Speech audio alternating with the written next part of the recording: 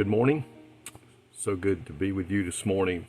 Thanking you for being a part of my day, and thank you for sharing and reading these devotions or listening to these devotions. And it does my heart good to have people walk up to me and say, "I enjoy watching your devotions every day." It's not about me. It's not. It's all about God. It's all about our Savior, Lord and Savior Jesus Christ. And I just want to be an encourager to those who listen, to those who hear. And it just does my heart good to hear somebody say that these devotions are a blessing. I want to look today at Matthew chapter 5, verse 8. It's about the sixth beatitude of the New Testament. It says, "Blessed are the pure in heart, for they will see God." Blessed are the pure in heart, for they will see God.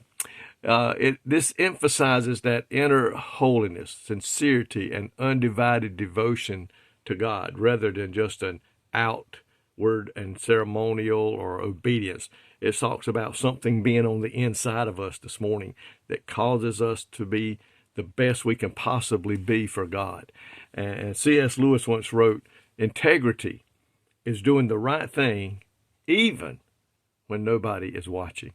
You know, there's a lot of people that they only do good when people are watching, but C.S. Lewis said integrity is doing the right thing even when no one is watching. So think about that this morning. Are you like that, or do you try to do your best every day even when nobody is watching? Because guess what? God is always watching us. God knows us better than we know ourselves. And it says here, purity of heart involves being authentic before God. So come clean with him about the good, the bad, and the ugly, and you'll see him operating powerfully in your life. So we might as well just do that, my friend. Come clean before him, confess our sins, and he said, "I will forgive." And not only that, he said, "I'll take your sins and throw them into the depths of the sea." Jesus here outlines the characteristics and the rewards of his followers.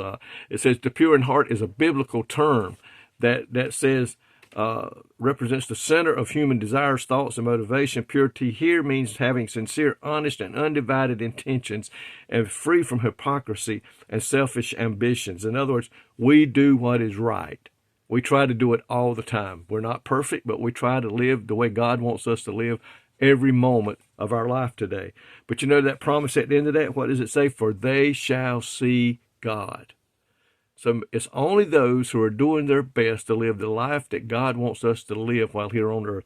And it says, "Blessed are the pure in heart, because they will see the Lord." And I don't know about you. One of my greatest desires today is when I come to the end of my way, that to see God and see Jesus Christ face to face. And if we are a child of God this morning, Jesus is with us every moment through the holy presence of the Holy Spirit in our life. Let his presence and his word be primarily shaping, influencing our life for him.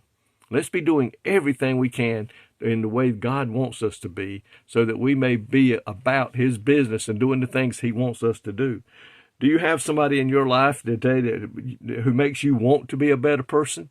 You know, like that little son, that little daughter that looks up and says, "Mom, I want to be like you. Dad, I want to be like you." Well, what's some of the greatest words that a parent could ever hear is that their child wants to be just like them. Well, Jesus today wants every one of his children to be like him, to be our very best, to love everybody and to be concerned about their soul and where they're going to spend eternity. So let's do that today. Let's remember Matthew chapter 5, verse 8. "Blessed are the pure in heart, for they shall see Jesus." And I pray today that is the way we as Christians are wanting to live our life. Lord, thank you today for your many blessings. Thank you today for your mercy and grace. Lord, give us the power. Put the power within us. We have the Holy Spirit. Help us to live the life that will bring you honor and glory. God, that will help shape the lives of others in the way that you would have us to do that. God, we love you today. We thank you for your goodness and mercy. And Lord, I ask you to bless every person watching this devotion today and in the future. And God, we love you. We thank you for all you do for us. And we ask your blessings in your precious name. Amen. My friend, I love each and every one of you. May God richly bless you is my desire, and I love each and every one of you.